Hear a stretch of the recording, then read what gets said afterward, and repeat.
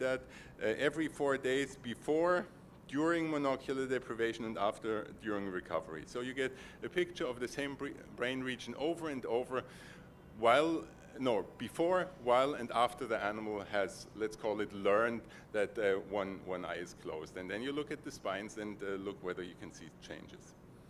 So this is what it looks like. You see day 0, day 4, day 8, etc. This is during the monocular deprivation, and I'm helping you here with those arrowheads that I hope you can distinguish. Yellow ones like those here, green ones like those here, which the green ones showing you where new spines, those protrusions are appearing, and the yellow ones where spines are disappearing. And what you can see here, I'll show you the summary data in just a second, is that during monocular deprivation here, you find that more new spines are being generated. The number of spines that go away seem to be the same. So there's a baseline normally of spines being produced and going away. The number of spines disappearing stays the same, but the number of new spines while you close an eye goes up. Now that seems a little bit counterintuitive. You close one eye and you get more inputs. Wouldn't you expect that inputs go away? But I showed you earlier in this schematic that two things happen. Some inputs go away and other new inputs are being made, and this is actually what we see here. So this is only an example. Let's look at the population data, and what you can see here quite nicely, if you look at the red curve, these are the number of spines gained, or the percentage actually at which they're added. You can see here that yes, indeed, during monocular deprivation, you get new spines that are being added, and that goes back down to baseline here. Now this is a rate change, so if you take this rate change and put it into an absolute number, this is what's shown over here. What you see here is during monocular deprivation, you're adding connections to this neuron. So you get more connections of this to this neuron. Again, the interpretation being those are connections that connect from the open eye to those neurons. Now, this is not surprising. What surprised us tremendously is actually that those connections stay on even after this eye was reopened, after we know functionally that everything goes completely back to normal. Nevertheless, those spines, once produced, stay in place, even if functionally everything completely reverts to normal. As I said, this surprised us, but at the same time, it did make sense with what I explained to you earlier, namely that we had the savings paradigm. In other words, new spines were being generated, or let's start with the left part of the picture. I showed you that if something was learned early on, it's easier to relearn that. Now, if you think about new spines are being generated during this learning, and those spines stay in place, you could hypothesize that yes, indeed, those spines stay in place and you can use them later. So basically, the connections are already there. You only need to re-enable them, so to speak, and that's why all of a sudden the second learning is much easier. So you kind of, you make the connections early, they stay in place, they're not functional anymore, but structurally they stay there, and later you reutilize them. The prediction would, of course, then be that if you look at the second learning here, that you don't get any new spines, because as I just said, I mean, you would use the ones that were already there. This is the reason why you're being faster. This is why you're being more efficient. And this is precisely what you see. If you look the second time around, the second learning, you don't get any new spines, which argues very strongly that yes, indeed, those spines that have been generated stay there, they hang around, and you reutilize them later. And this is the reason for the second learning, be it in closing eyes, be it in skiing, be it in other things that you learn and relearn faster, are being used. Here is a last slide, which I think I may skip, but basically it shows you down here that you can see on single spines that initially produced, they get very strong here.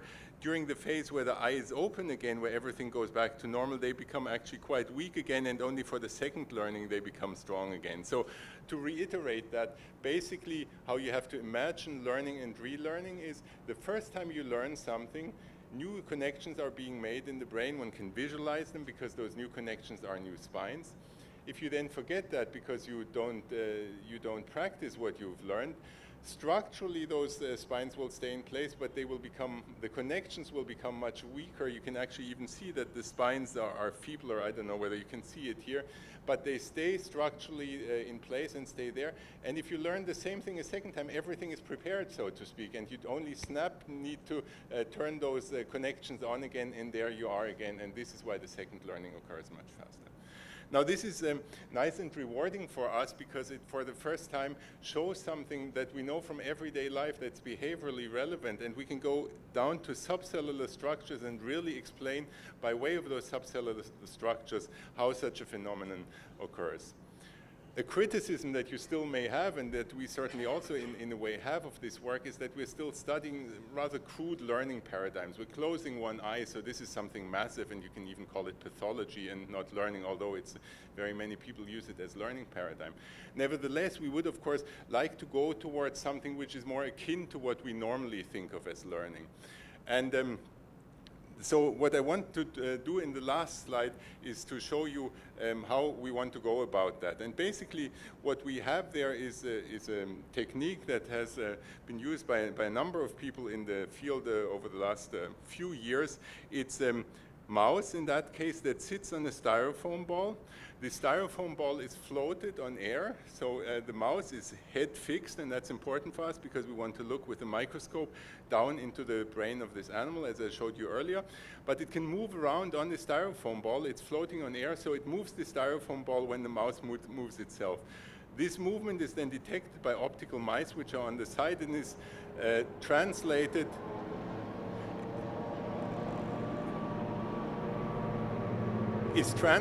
into a virtual visual environment that is displayed around the mouse. And this is what you see here. You see the mouse from the side.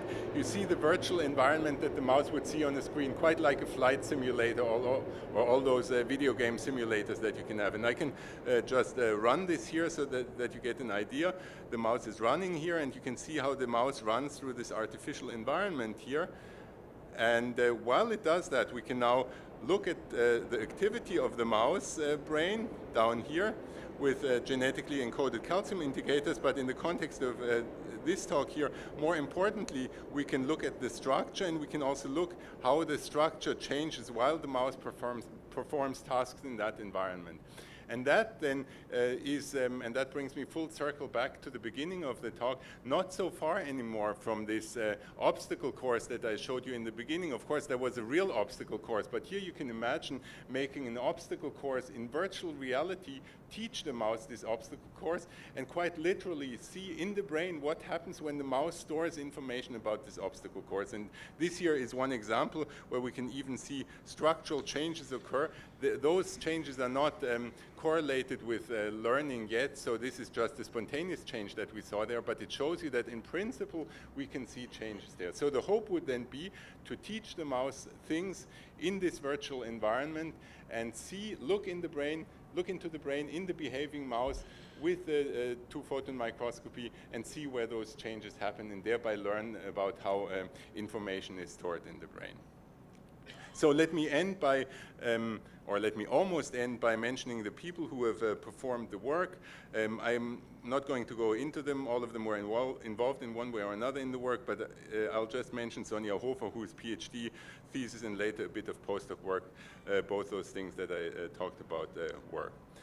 We are, of course, also indebted very much to the Max Planck Society, who made all of that possible.